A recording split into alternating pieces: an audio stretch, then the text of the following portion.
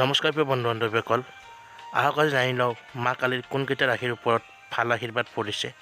বলক তেন্তে ভিডিঅ'টো আমি আৰম্ভ কৰোঁ। বন্ধু বান্ধৱীসকল, তাৰ আগতে অনুৰোধ জনাওঁ যে আমাৰ এই গপচপ উইথ ৰিদিম নামৰ ইউটিউব চেনেলটো যেন ছাবস্ক্ৰাইব কৰি থয়, লগতে আমাৰ ভিডিঅ'বোৰ যেন লাইক কমেণ্ট শ্বেয়াৰ কৰি দিয়ে। আহক ভিডিঅ'লৈ আগবাঢ়োঁ। আজি এই চাৰিটা ৰাশিৰ ওপৰত মা কালীৰ কৃপা বৰষিব। এই চাৰিটা ৰাশিৰ বিশেষ ধৰণৰ শুভ সংযোগ দেখা গৈছে। এওঁলোকৰ ঘৰত আলহী অতিথিৰ আগমন ঘটিব পাৰে, যাৰ দ্বাৰা আপোনাৰ ঘৰৰ উৎসৱমুখৰ পৰিৱেশ আৰু অধিক সুখৰ হ'ব তথা ফূৰ্তিৰ হ'ব।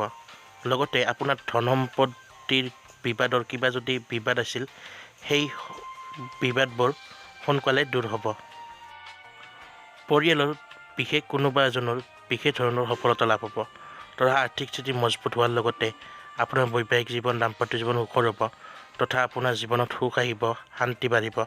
লগতে পৰিয়ালৰ সহযোগ পাব আৰু পৰিয়ালৰ সদস্যৰ মাজত মিলা প্ৰীতি বাঢ়িব। মুঠতে আপোনাৰ চাৰিওপিনে সুখ হ'ব, শান্তি হ'ব তথা সৌভাগ্য বৃদ্ধি হ'ব। বেছি পলম নকৰি সেই ৰাশি চাৰিটাৰ নাম কৈ দিছোঁ।